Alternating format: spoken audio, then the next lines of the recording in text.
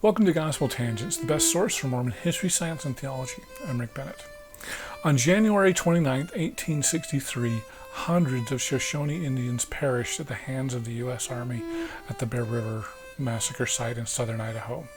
In our next conversation, we're going to visit a memorial here in Idaho, and Darren Parry, author of the Bear River Massacre, tells us how this can be a model for police. Believe it or not, many of the Indians who survived the massacre joined the LDS Church just a few short years later and were actually baptized in the very Bear River where many of their family perished. It's an amazing conversation, and we'll visit this memorial site. And oh, by the way, if you want to see the entire interview uncut without any interruptions, sign up at youtube.com/gospeltangents or gospeltangents.com and click the yellow subscribe button. Or you can go to patreon.com/gospeltangents, and for just $8 a month, you can sign up to be in our special Facebook group or on YouTube, whichever you'd prefer, and you can see the entire interview uncut.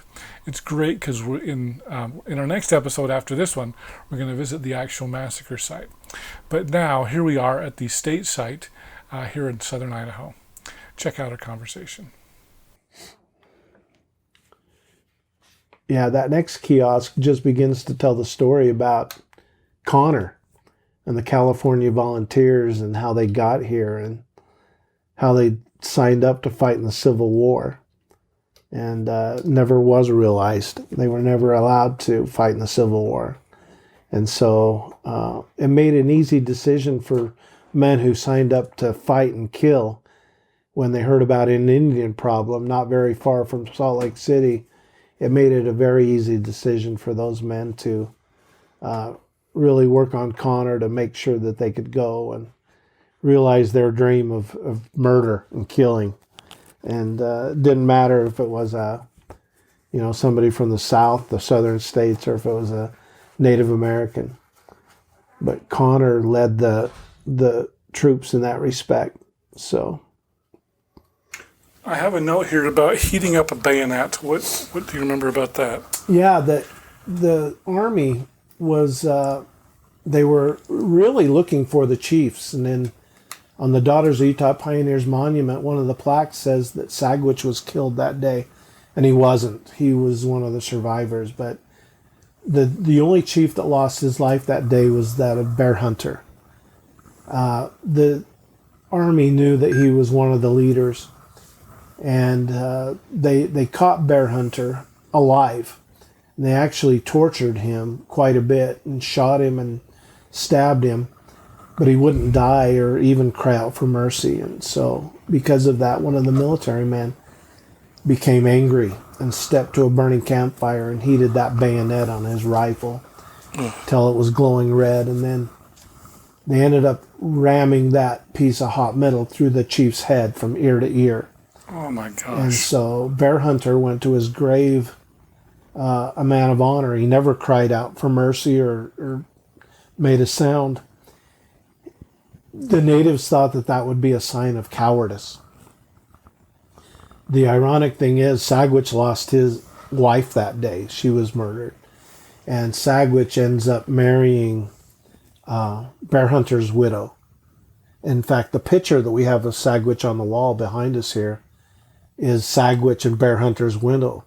And they were actually the first Indian couple to receive their endowment in the endowment house in Salt Lake. And they were the first Indian couple to be sealed as husband and wife by Wilford Woodruff in the endowment house. Oh my goodness. So that would have been wife number 5 for Sagwitch throughout his life.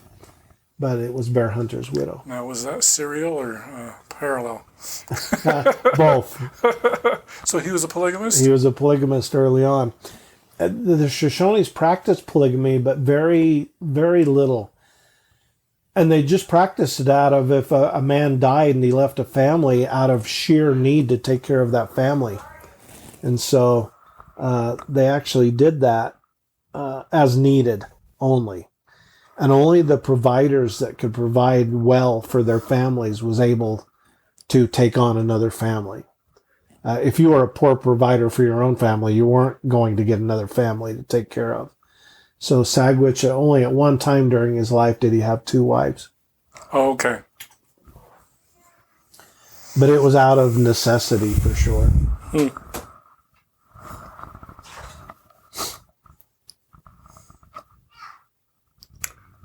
Is that the same photo on the wall? Oh, it is, isn't it? Yeah, it's the same photo. Okay. I'll have to get that photo, splice that in there. Yeah. Because I remember you said something about why, I can't remember why it was cut off. Well, yeah, I'm not sure why we cut it off in this picture, other than we were talking about Sagwitch on one side and the army on the other side.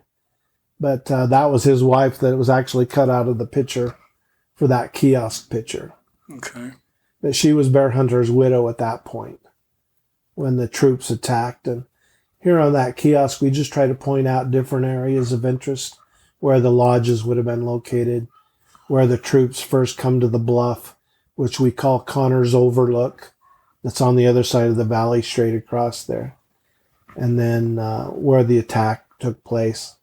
They attacked originally as one group, frontal assault, and that's where almost all of the 18 military soldiers died. It was that one frontal assault. After that, they pulled back, regrouped, and decided to flank the Shoshones. One group went one way around and from behind, and the other group went the other way. And they forced the Shoshones down to the river because it was wintertime and the river was slightly frozen. And so they pinched them down to the river, and then that's where almost, all of the killing took place. Now, so I know Porter Rockwell took Colonel Connor to the Shoshones, but you also said that, so Colonel Connor isn't a well-liked name among the Shoshones, but you also said that the Mormons hated him as well. Yeah, they didn't like him as well. In fact, he was there to babysit the Mormons. He actually started the Salt Lake Tribune. So he started a contrary newspaper to the newspaper that was in the area at the time, just run by the church. And so that was a source of contention for the Mormons, because here was a Gentile newspaper of Mormon haters, and he owned it. And so Connor's also known in Utah as the father of mining. In his spare time, he sent out a lot of his troops that were stationed there to prospect in the Salt Lake and Park City areas.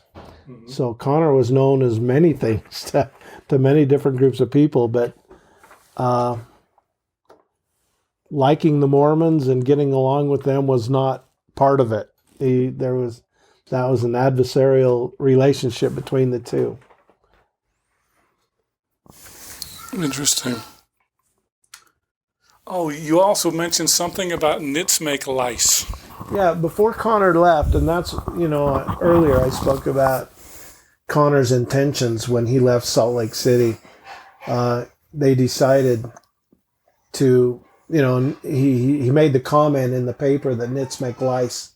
I know that comment is known to Mormons because that same comment was made back east. Yeah, for the Haunted Mill Massacre. Yeah.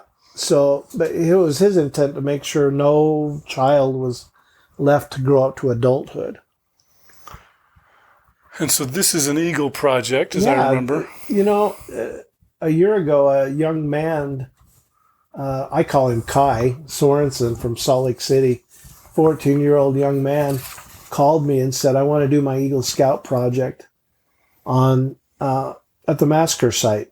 I said, what do you have in mind? And he goes, well, I've had an idea to do a etching on a rock to honor the children that lost their life at Bear River that day. And so this was his idea. I said, it's a great idea. And he came up with the imagery, the cradle board to talk about that. And he actually came up with the narration that's on the rock. And so the fact that a 14-year-old boy had it in his mind that this is what he wanted to do for the children that lost their life that day, really is an amazing, cool thing to me. And so, Well, and there's an interesting story about the cradle board that was hung in a tree. yeah, after the massacre, Sagwitch returned to the village. There was only one lodge left standing that hadn't been burned, and it was actually Sagwitch's lodge, but it looked like it was made out of net. There was so many bullet holes in it. They said that inside his lodge, his wife was dead, but he had a brand new infant daughter that was still alive. And the oral history goes that Sagwitch told those survivors that were with him to take that little girl, put her in a cradle board, and hang her in a nearby tree. And to me and you, that's brutal. That's like just signing the death warrant for this child. But he knew that without mother's milk and without a way to nurse that baby, that child had no way. He had no way to take care of that baby. And so he did that in hopes that a settler family would come through the next day and find this little girl. And that's what happened. The Hull family, William Hull, drove his sleigh to the massacre site the next morning, and actually in his journal wrote about all the atrocities that he'd seen. But part of what he did is he found this little girl hanging in a cradle board. He took that little girl home and raised her to an adult, and that little girl was known as Jane Hull throughout her life.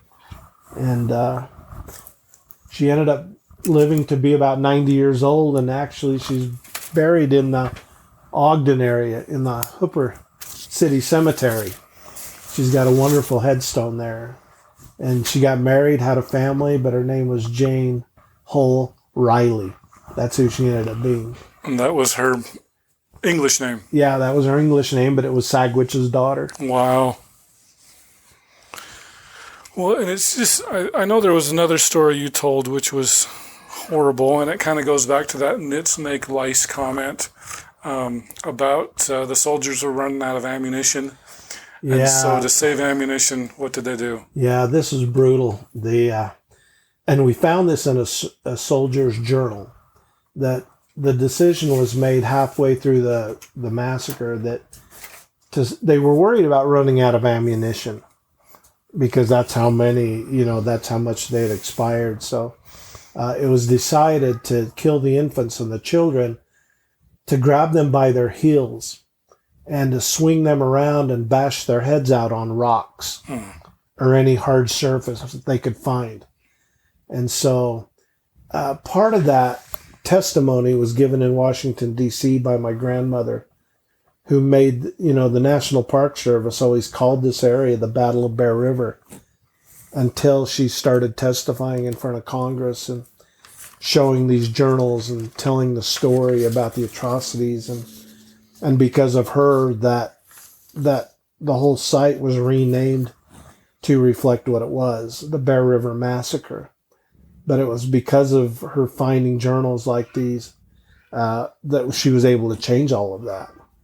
But yeah. This was Jane Hall or somebody else? No, this was my grandmother finding these journals and testifying in Congress about the atrocities that these soldiers committed and actually wrote about in their journal. And so there's another reason to believe that it was more than 250. Yeah, there was another reason. So, but yeah, that killing the babies by bashing their heads out on rocks is, that's hard for me to talk about. That's horrific. And, yeah. It's really hard to hear. But people can do anything, I suppose, in the name of religion or sense of duty. I don't know. Well, and I know that you said, these events are tragic, but it's important that we move on. And I'm amazed because you seem like you really have a forgiving heart. I do, and I think I'm wired a little bit more like Sagwitch would have been. Sagwitch had witnessed the entire destruction of his people almost. But yet, 10 years later, he ends up joining the church of a group of people that probably caused it. And so, the older I get, the more I realize that we live in a world that's not fair. We live in a world that things happen to people every day, bad things, at no fault of their own. And it's just important to me that I honor the story and I honor those people that died that day. I think they need a voice. Their voice they have a God-given right to be heard, and their story needs to be told.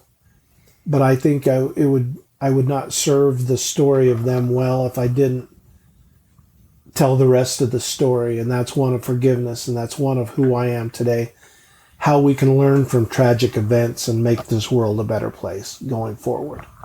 I could dwell on the negative part of this and be bitter and angry and hold people accountable and want that side of it.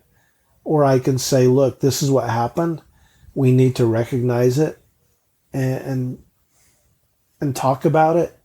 But at the end of the day, that shouldn't define us. And that doesn't define who we are today. We've moved on. We've moved past. We will always remember. We will always forgive. But it doesn't mean we will need to forget.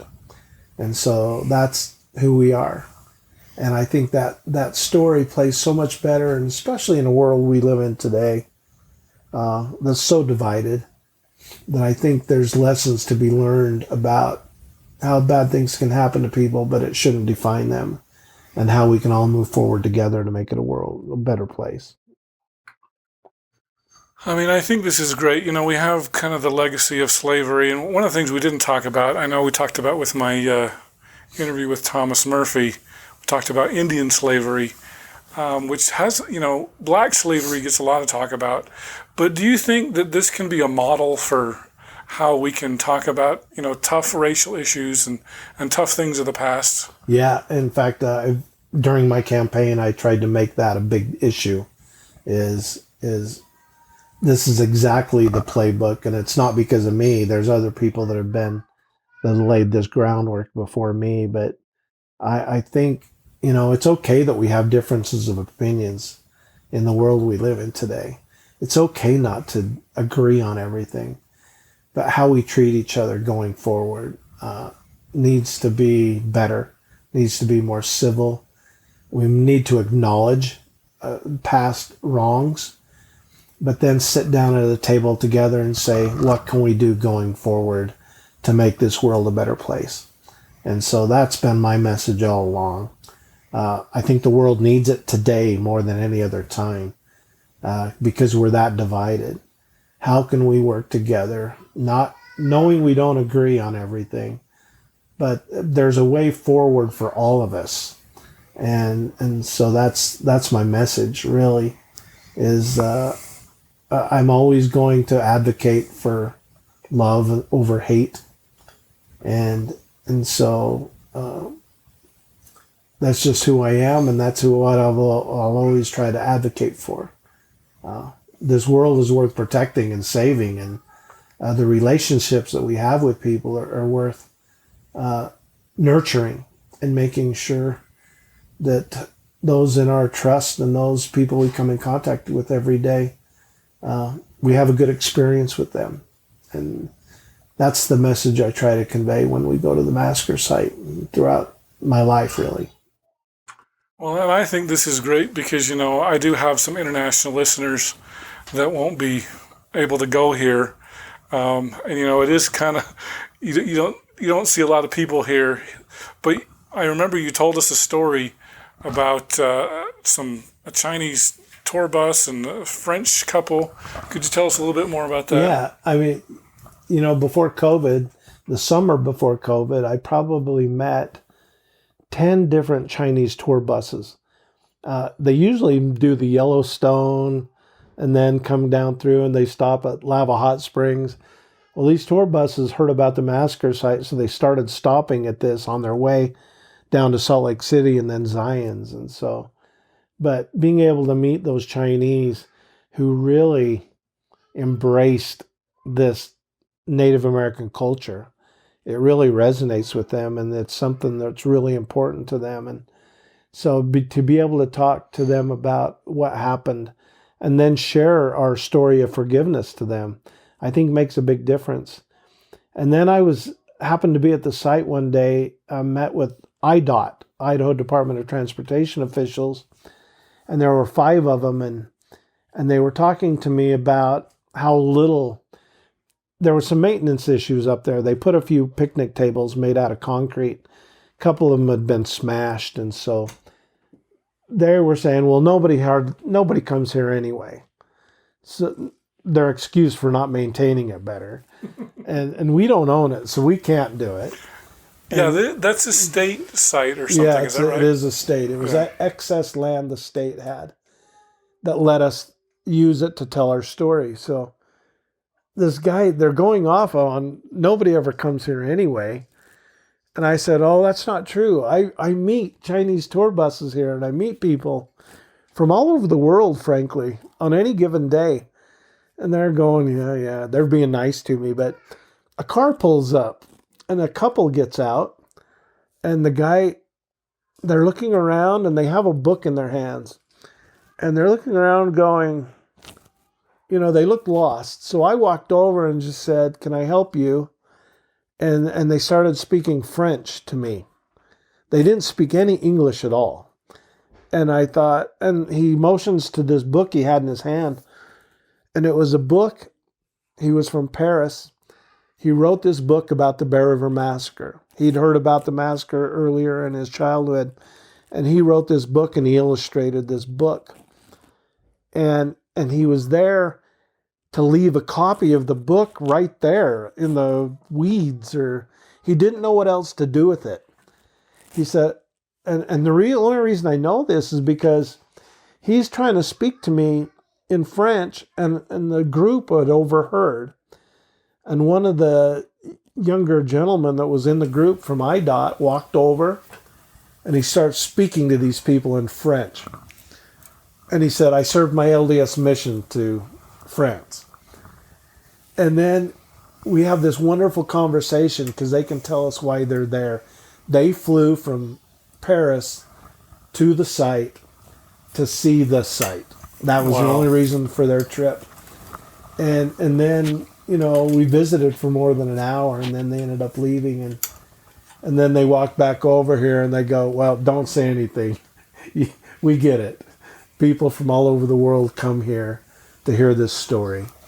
And I said, absolutely. I could tell a story like this once a month on somebody that comes here. And there may be residents 10 miles away that have lived here their whole life and don't know anything about it. Yeah. I said, that's the gamut we have here. But, my life is blessed every time I go up there with an encounter with somebody that's heard. And so I love to go up there and just share with people. So this is the book. Yeah. That's a really nice book. I just figured, holy cow. Was that in there when he gave it to you? Yeah. So he knew you somehow. Well, no, the book he brought that day, he left with me, and I presented it to the tribal council. And he said, I promise you, I will sign a book to you, and I'll mail it to you. Oh, so he mailed me another book. Oh, okay. But that's what it looked like when he brought it. Wow. That is way cool. This is amazing, and it's all in French. Yeah, it's all in French. But he'd heard the story, and so he... Wow. The fact that they'd spend all that money and come here was just amazing to me. And it was such great timing because of UDOT being there saying nobody ever comes. That's really amazing. Wow. It's long. We haven't even... Yeah, it's pretty awesome. So... Wow. Cool. I hope you enjoyed our conversation with author Darren Parry. He's the author of the Bear River Massacre. We're actually going to visit the massacre site in our next episode. Just straight out in front of us is the killing field. That's where all the bodies lie, still today. None of the bodies were buried in 1863. The ground was frozen solid, The bodies were left there to rot. Thanks for listening. If you'd like to hear the entire interview uncut, sign up at patreon.com/gospeltangents, and for $5 a month you can hear the entire interview without any interruptions. If you'd like to see the whole video, that's just $8 a month, and you can sign up either at youtube.com/gospeltangents or on our website at gospeltangents.com and click the yellow subscribe button. Or you can go to patreon.com/gospeltangents, and I'll just need to make sure that we're Facebook friends, and I'll add you to our insiders group, and you can see the entire interview uncut. If you'd like to get PDF transcripts of our interviews, those are just $10 a month. And for just $15 a month, I will send you paperback versions of our transcripts as soon as they come out. Or, of course, you can buy them on Amazon as well. Go to Amazon.com and do a search for Gospel Tangents interview, and you can see all of our transcripts there. Don't forget to sign up for our updates at Facebook.com/gospeltangents. Of course, you can follow us at Gospel Tangents on Twitter.